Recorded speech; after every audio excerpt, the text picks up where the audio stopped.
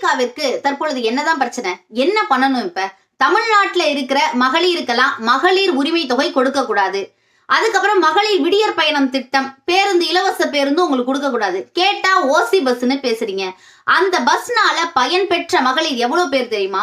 Middle class, lower middle class, அதற்கும் கீழே இருக்கிறவங்க ஒரு இடத்துல இருந்து இன்னொரு இடத்துக்கு ரொம்ப தூரம் வேலைக்கு போயிட்டு காலையிலையும் ஈவினிங்கும் வரத்துக்குள்ள அவங்களுக்கு எவ்வளவு செலவாகும்னு தெரியுமா? மாதம் 1600 700 ரூபாய் செலவாகும். அதை குறைத்து அவர்களை முன்னேற்றுகிறார். நாட்டினுடைய பொருளாதாரமும் சேர்ந்தே முன்னேறுகிறது. பெண்கள் இந்தியாவிலே பாத்தீங்கன்னா தமிழ்நாட்டுல 43% ஒர்க்கிங் உமன் இருக்கிறதுக்கு காரணங்கள் என்ன?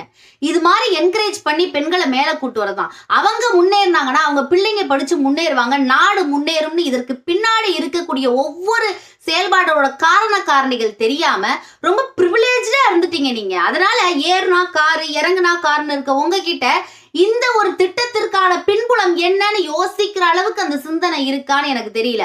மகளிர் உரிமை தொகை எந்த அளவுக்கு ஒரு பெண்ணுக்கு முக்கியம், அதை அவங்க எந்த அளவுக்கு பயனுள்ளதா ஆக்கிக்கிறாங்க. நீங்க ஒண்ணும் இல்ல, போய் யார்ட்டையாவது கேளுங்க. நீங்க கொடுக்க மாட்டேன் அப்படின்னா தாவேகா கொடுக்காதுன்னு பேசுங்க.